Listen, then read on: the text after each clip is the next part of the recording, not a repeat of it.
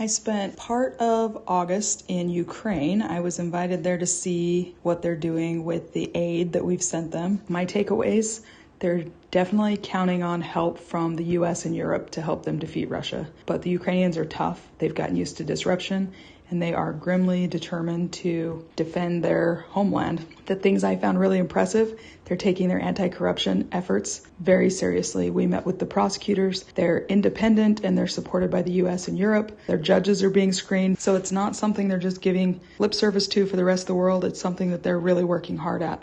The destruction of their energy infrastructure was really upsetting to see.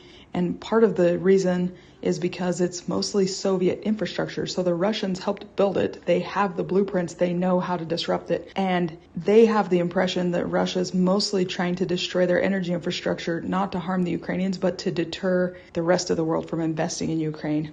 We met separately with President Zelensky and the First Lady.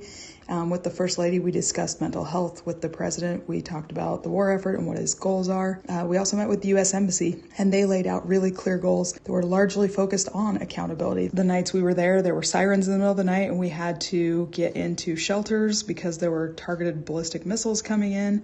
The F-16s that we gave them were brand new, and one of the nights they were targeting the F-16s.